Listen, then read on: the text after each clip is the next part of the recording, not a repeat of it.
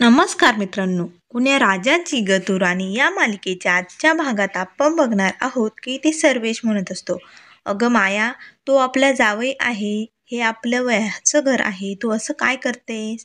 तेव्हा माया म्हणते, पण तुझ्या जावयाची आई शेवटी आपली आश्रितच आहे ना. तेव्हा सर्वेशला मात्र खूपच राग येतो. तो मायावरती जोरात ओरडतो.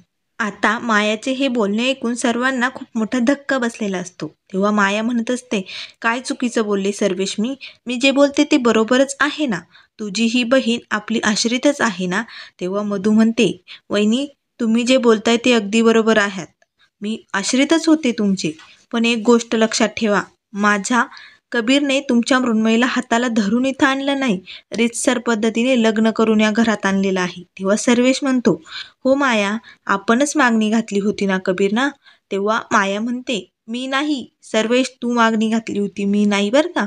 तर आता माया म्हणत असते, तुला यांचा पुळकाच येणार ना. मग आता सर्वेश काही बोलणार तेच कबीरचे बाबा म्हणतात, दादा, जाऊ द्या ना, कशाला वाद वाढवताय, द्या सोडून. तेव्हा सर्वेश म्हणतो, आजपर्यंत तेच तर करत आलोय, द्या सोडून द्या सोडून म्हणून तर इथपर्यंत आलंय ना.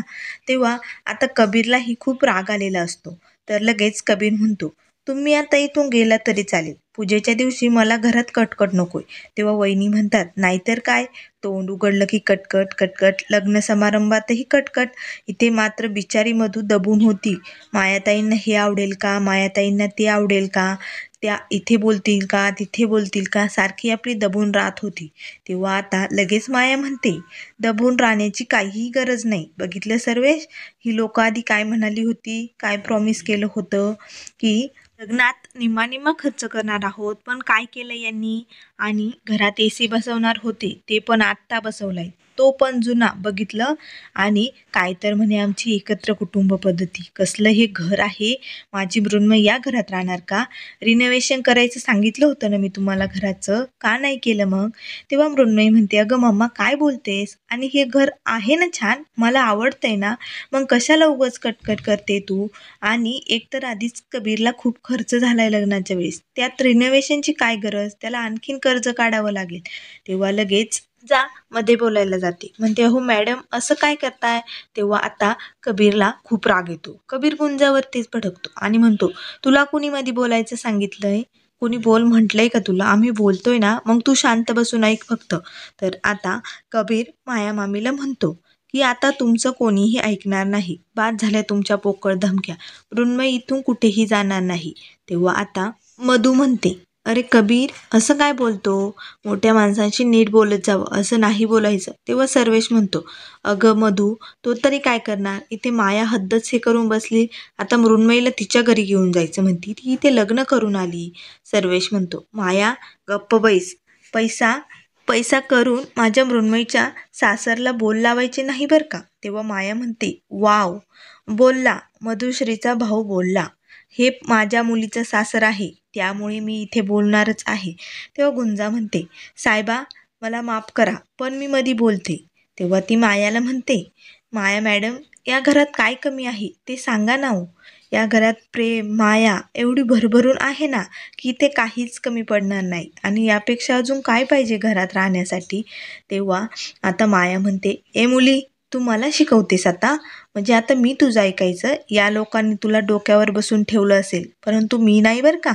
तेव्हा आता मृण्मयी म्हणते, मम्मा, बाद झालं, काय चालू आहे, सगळे आनंदात असताना तू का दरवेळेस मिठाचा खडा टाकते, तुला ना राईचा पर्वत करायची सवयच आहे. तेव्हा माया म्हणते, बोलली, माझी मृण्मयी आता तुमच्या बाजूने बोलली, झालं का, मग तुमच्याशी बोलण्यात काही हेतूच नाहीये, चालले मी इथून, मला इथे ना एक क्षणसुद्धा थांबायचं नाहीये. असे म्हणून आता माया लगेच बाहेर निघून जाते. सर्वेश म्हणतो, तुम्ही नका काळजी करू, जाऊ द्या, एकदाची शांतता तरी होईल इथे. मग सर्वेश मृण्मयीला म्हणतो, मृण्मयी, मायाचं बोलणं मनावर घेऊ नको, तुला माहिती आहे ना, आपल्या दोघांना सवयच आहे तुझ्या मम्माचं असं बोलणं ऐकून घेण्याची. मग आता लगेच मधू गुंजाला म्हणते, अगं गुंजा, तू उंदीर काढ ग बाई आधी घरातून बाहेर. तर गुंजा म्हणते, आमच्या डोंगरवाडीला ना की नाही असा उंदीर बाहेर काढतात. तेव्हा कबीर म्हणतो, डोंगरवाडीचं भाषण द्यायला नाही सांगितलं, इथे उंदीर काढायचं आहे ना, मग चला पटकन. तेव्हा गुंजा म्हणते, हो हो चला. मग कबीर आणि गुंजा दोघेही रूममध्ये येतात. कबीर बरोबर मृण्मयी ही खूप घाबरलेली असते. मृण्मयी म्हणते, कबीर मीही येते तुझ्याबरोबर, मला खूप भीती वाटते. मग ते तिघेही रूममध्ये आलेले असतात. तर मृण्मयी कबीरला म्हणत असते, कबीर खूप डेंजर आहे ना हा उंदीर, इथे आपण प्रेस कंट्रोलवाल्यांना बोलवून घेऊया ना.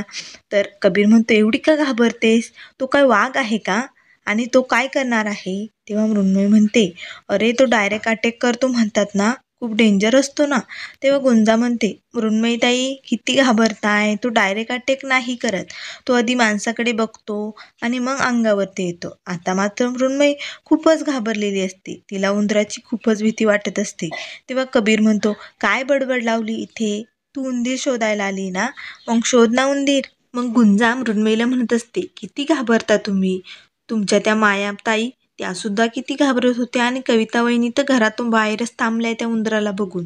तेव्हा आता मृण्मयी म्हणत असते, कबीर कुठे गेला असेल रे उंदीर, कदाचित तो बाहेर निघून तर गेला नसेल ना, मला तर वाटते तो निघून गेला असेल. तेवढ्यात लगेच मृण्मयीला तिथे उंदीर दिसतो. आता मात्र मृण्मयी खूपच घाबरलेली असते. तर गुंजा म्हणते, कुठे कुठे. तर मृण्मयी म्हणते, ते बघ ते बघ कबीर, माझ्याकडेच बघतोय तो. तर कबीर म्हणतो, अगं तो तुझ्याकडे नाही बघत, तो शांत तिथे बसलाय. मग गुंजा म्हणते, थांबा आता ना, ह्या उंदराला सोडतच नाही. तेवढ्यात आता मृण्मयीने कबीरला मिठी मारलेली असते आणि गुंजा पळतच त्या उंदराला मारायला जाणार. तेवढ्यात कबीरच्या हातात जे कडं असतं ना, त्यात गुंजाच्या साडीचा पदर अडकतो आणि कबीर हा गुंजाकडे बघत असतो, कारण एकीकडे मृण्मयी आणि दुसरीकडे दुसऱ्या हातात त्याच्याकडे गुंजा असते. तर आता गुंजालाही हे बघून तिच्या डोळ्यात पाणी आलेले असते. त्यानंतर आता इथे संध्याकाळ झालेली असते. कविता म्हणत असते, मृण्मयी खूपच छान दिसते बरं का तू. तर आता रेशीम आणि कविता दोघेही मिळून मृण्मयीची खूप चेष्टा करत असतात. तेव्हा रेशीम म्हणते, मृण्मयी इथून पुढे रस्ता माहिती ना रूममध्ये जाण्याचा तुला, का आम्ही येऊ तुला सोडवायला. तेव्हा मृण्मयी म्हणते, ए रेशीम कविता, बाद झाले ना ग चेष्टा मस्करी, किती दोघी चिडवताय मला. तर आता लगेच रेशीम म्हणते, हो गो बाई खूपच चिडवलं ना. तेव्हा आता मृण्मयी म्हणते, आता जर जास्त चेष्टा केली ना, मी डायरेक्ट आत्तूला बोलवेन बरं का. तेव्हा कविता म्हणते, मृण्मयी आत्तूला बोलवण्याची गरज नाही आहे, चला रेशीमताई, बाद झाले पुरे झाले, चला आपण खिडक्या लावून घेऊया, चला चला. तेव्हा मृण्मयी म्हणते, हो हो जा आता तुम्ही दोघी, खूप मस्करी केली तुम्ही माझी. तर आता लगेच कविता म्हणते, मृण्मयी आम्ही जातोय, पण सकाळी किती वाजता उठवायला येऊ. तेव्हा रेशीम म्हणते, कशाला जायचं उठवायला, आपण इथेच थांबू ना, तिची वाट बघू उठवायची. तेव्हा आता मृण्मयीला खूप राग येतो. मग ती त्या दोघींनाही म्हणते, जाता का नाही आता पटकन. त्यानंतर मृण्मयी कबीरच्या रूमकडे बघत असते आणि मनाशीच म्हणते, कबीरच्या रूममध्ये मी आज पहिल्यांदा बायको म्हणून प्रवेश करणार आहे आणि आज माझी खूप सारी स्वप्न सार्थ होणार आहे, असे आता मृण्मयी मनाशी बोलत असते. तेवढ्यात मृण्मयी दरवाजा उघडून रूममध्ये जाते. तर कबीर तिथेच टेबलवरती बसून त्याचं काम पूर्ण करत असतो. तेवढ्यात मृण्मयी दरवाजा लावून घेते, आतमध्ये येते. मात्र कबीर तिच्याकडे बघत नाही, तो शांतपणे बसलेला असतो. तर मृण्मयी म्हणते, अरे कबीर काय करतोय, इकडे बघ ना माझ्याकडे. तर कबीर म्हणतो, अगं काही नाही, ते थोडंसं काम चालू होतं, हे उमेरला पाठवायचं आणि मग माझं काम झालंयच. तर लगेच मृण्मयी कबीरला मिठी मारते आणि लगेच त्याला आठवते की गुंजाने हरतालिकेच्या वेळेस नवरोबाचे गाणे गायलेले असते. ते सर्व गाणे त्याच्या मनात त्याला आठवत असतात.